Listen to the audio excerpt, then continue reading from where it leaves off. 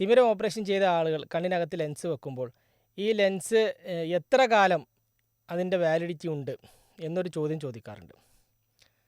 സാധാരണ life long ആയിട്ടുള്ള ഒരു കാഴ്ച ലഭിക്കുന്ന ലെൻസുകളാണ്.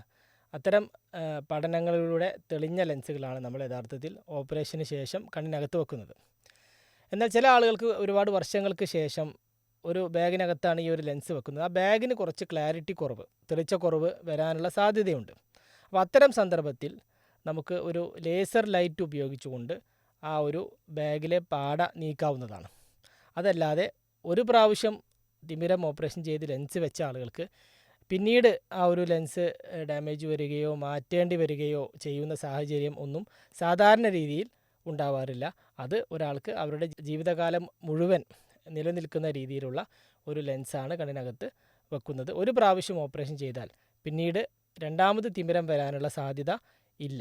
അപ്പോൾ അത്തരം ആളുകൾക്ക് ഓപ്പറേഷൻ ചെയ്യുന്നതോടു കൂടി തന്നെ അവരുടെ ആ ഒരു കാഴ്ചയുടെ പ്രയാസം മാറുകയും അവർക്ക് തെളിഞ്ഞ കാഴ്ച, അവരുടെ കാഴ്ച ഞരമ്പുകൾക്കും ഒക്കെ ആരോഗ്യമുണ്ടെങ്കിൽ അവർക്ക് തെളിഞ്ഞ കാഴ്ച ആജീവനാന്തം ലഭിക്കുകയും ചെയ്യുന്ന രീതിയിലാണ് യഥാർത്ഥത്തിൽ തിമിര സർജറി ഉള്ളത്.